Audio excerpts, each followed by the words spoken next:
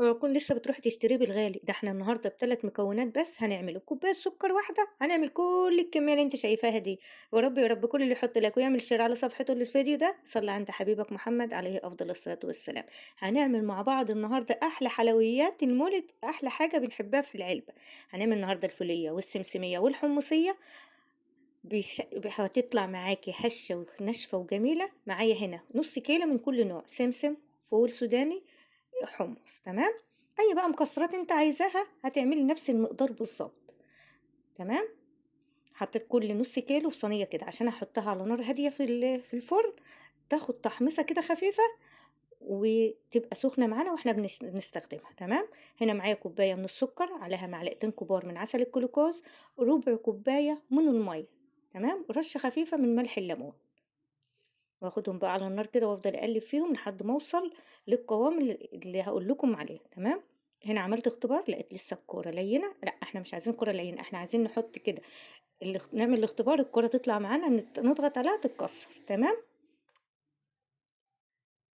كده خلاص وصلنا للقوام الممتاز، عملنا الكرة كده اتكسرت معانا، هنا ربع معلقة صغيرة بيكربونات الصودا، البيكربونات وهنا الميزة بتاعته بتخلّي الفولية أو الحمصية أو السمسم بتاعِك يقطم معاكِ يقرش كده ويبقى خفيف أحلى من اللي أنتِ بتجيبيه من برّه، تمام؟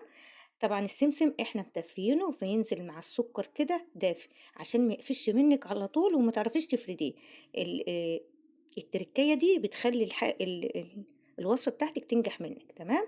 لازمًا يكون دافي ينزل على السكر، طبعًا أول ما بينزل بقى على السكر بيكون طافية النار طبعًا، تمام؟ واقلّبه كويس جدًا، ويكون معايا صينية دهناها فرشاها كيسة ودهناها بزيت، أي حاجة باستخدمها باكون دهناها زيت، تمام؟ عشان ما السمسم ما يلزقش فيها أو الحلويات بتاعتنا تلزق فيها، السكرابر، الفرادة، أي حاجة، طبعًا بافردها كده طبعًا تكون إيدي سريعة، وبابدأ أقطّع وهي لسه سخنة، واسيبها بقى تبرد لمدة ساعة كده على الرخام، في الهوا كده جنبي، تمام؟ عشان ما اطوّلش عليكم الفيديو عملت كلّه بنفس الطريقة وبنفس المقدار، وهافرده برضه زي ما أنتم شايفين كده، طبعًا أي حاجة زي ما أنا قُلت لكم بنستخدمها بنكون دهنينها زيت، تمام؟ وأبدأ أفرد كده وأسويها، ونقطّع برضه نفس التقطيعة، التقطيعة بقى دي على حسب مزاجِك، اللي أنتِ عايزاه، تقطّعيها مربعات، مطوِّل، أي حاجة. ممكن تعمليها قراص، ممكن وهي لسه سخنة كده تاخديها تعمليها قراص بغطا برطمان، تفرشي برضه زيت قصدي كيس تلاجة وتدهنيه زيت وتعمليها قرص وتنزّليها، تمام، ممكن تعملي القرص تشكيلة من ال3 أنواع كمان، أو أي نوع مكسرات أنتِ عايزاه، تمام.